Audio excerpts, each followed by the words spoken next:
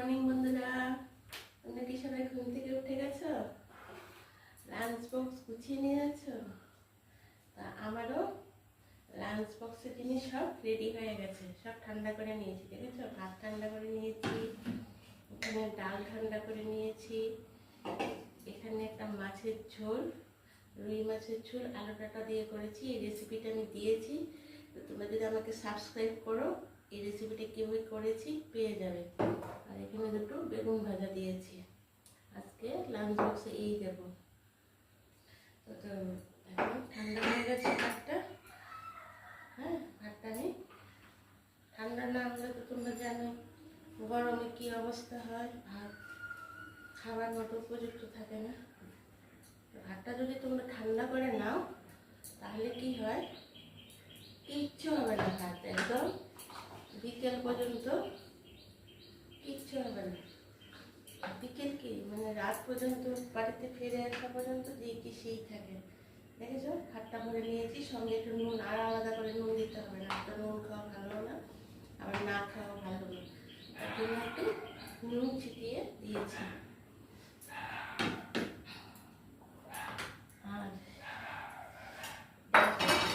হ্যাঁ, একদম পুরো ঠান্ডা হয়ে গেছে। পাতলা মসুর ডাল, যা গরম পড়েছে, পাতলা মসুর ডাল। আর এখানে দিয়েছি হালকা পাতলা করেই ডাঁটা আলু দিয়ে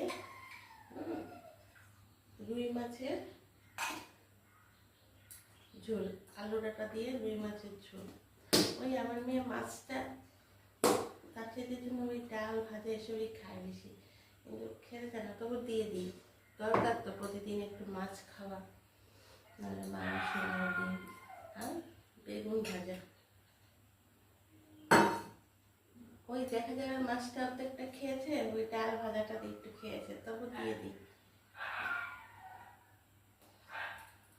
না দিলে তো ভালো লাগে না, না নিজেদের খেতে।